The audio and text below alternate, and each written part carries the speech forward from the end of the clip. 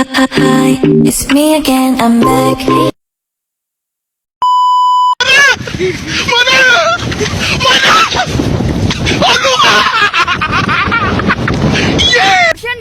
Bercanda. Siapa kamu? Coba kamu siapa? Hei, namamu siapa? Assalamualaikum warahmatullahi wabarakatuh. Hai, perkenalkan nama saya Bella Besya Moriska dari Prodi Vokasional Informatika 1A.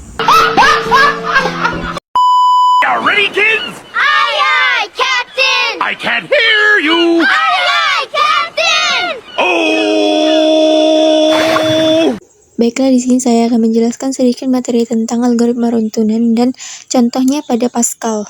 Runtunan. Algoritma runtunan ini adalah proses yang dilakukan secara beruntun dari langkah 1 sampai langkah n, atau langkah akhir. Tiap barisnya hanya dikerjakan satu persatu tanpa ada loncatan atau perulangan, dilakukan sekali tiap instruksi. Unsur-unsur algoritma ada 3, yaitu 1. Unsur urut atau sequence, 2. Struktur pemilihan atau selection, 3. Struktur pengulangan atau repetition. Contoh runtutan dapat dilihat pada layar, yaitu langkah 1, kemudian langkah 2, dan langkah 3. Kemudian ini adalah contoh algoritma runtunan pada Pascal. Di sini saya akan menjelaskan sedikit bagian-bagian pada Pascal. Pada bagian pertama yaitu jilid program. Sifatnya opsional di dalam program. Artinya boleh dituliskan atau boleh juga tidak dituliskan. Jilid program hanya bertujuan untuk memberikan nama dari program yang dibuat. Seperti program yang kita buat pada layar, yaitu program persegi 4. Judul program harus diletakkan pada awal program dan diakhiri dengan titik koma. Kedua yaitu deklarasi unit Pascal. Unit Pascal selalu disebutkan pada awal program setelah judul program. Tujuannya agar perintah bahasa Pascal dapat diterjemahkan oleh kompiler pada saat dikompilasi. Jika unit Pascal tidak disebutkan, maka perintah bahasa Pascal tidak dapat dikompilasi karena kompiler tidak dapat mengenali perintah yang digunakan.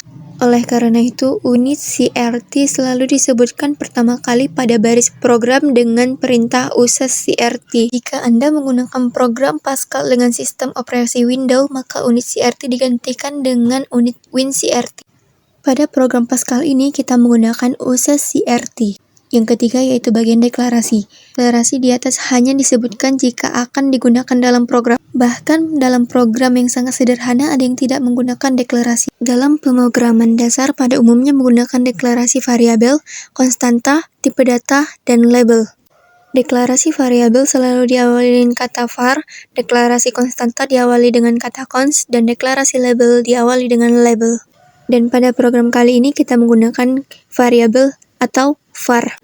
Bisa dilihat pada layar kita menggunakan variabel sisi dan luas pada persegi 4. Yang keempat yaitu bagian program. Bagian program adalah kumpulan dari pernyataan-pernyataan atau kode program yang akan dikerjakan oleh program. Bagian ini diawali dengan kata begin dan diakhiri dengan kata end. Kata end harus diakhiri dengan tanda titik.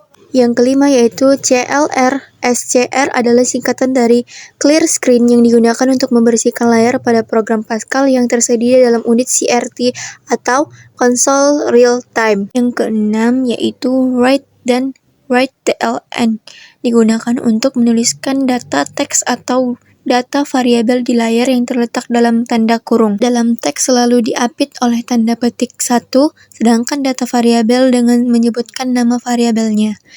Bisa dilihat pada layar kita membuat readDLN-nya yaitu program Pascal menghitung luas persegi 4 dan read-nya yaitu input luas persegi 4. Yang ketujuh yaitu read dan readDLN. Perintah read dan readDLN digunakan untuk membaca data variabel yang akan dimasukkan ke dalam program. Jadi digunakan untuk membaca data input data ke dalam program. Kata readDLN tanpa diikuti teks dalam kurung sering digunakan untuk menghentikan sementara tampilan output program agar tampak di layar. Dengan menekan sembarang tombol, maka program akan dilanjutkan. Kita dapat melihat seperti tampak yang ada pada layar. Jika kita sudah menyelesaikan program tersebut, kita memasuki compile. Jika compile tampil di layar seperti ini, berarti program tersebut sudah sukses. Kemudian, ketika program sudah sukses, kita akan ke run. Di run, akan meminta input luas persegi 4.